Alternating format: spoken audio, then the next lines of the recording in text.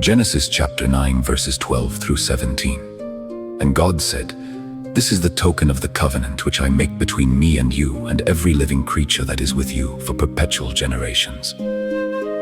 I do set my bow in the cloud, and it shall be for a token of a covenant between me and the earth. And it shall come to pass, when I bring a cloud over the earth, that the bow shall be seen in the cloud.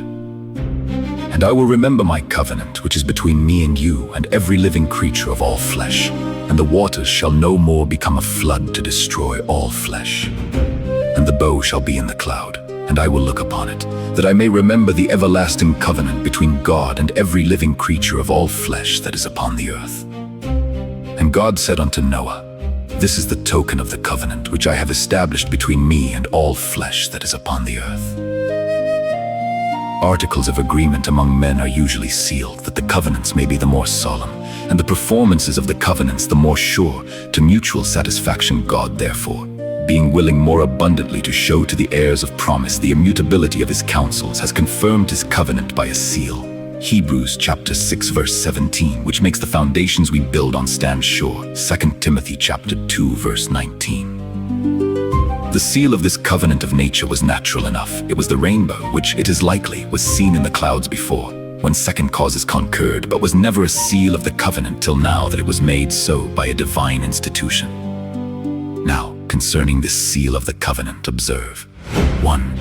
This seal is affixed with repeated assurances of the truth of that promise of which it was designed to be the ratification. I do set my bow in the cloud, it shall be seen in the cloud, that the eye may affect the heart and confirm the faith, and it shall be the token of the covenant. And I will remember my covenant, that the waters shall no more become a flood. Verse 15, nay, as if the eternal mind needed a memorandum, I will look upon it, that I may remember the everlasting covenant. Thus here is line upon line, that we might have sure and strong consolation who have laid hold of this hope. The rainbow appears when the clouds are most disposed to wet, and returns after the rain, when we have most reason to fear the rain prevailing. Then God shows the seal of the promise that it shall not prevail. Thus God obviates our fears with such encouragements as are both suitable and seasonable. The thicker the cloud, the brighter the bow in the cloud. Thus, as threatening afflictions abound, encouraging consolations much more abound. 2 Corinthians chapter 1 verse 5.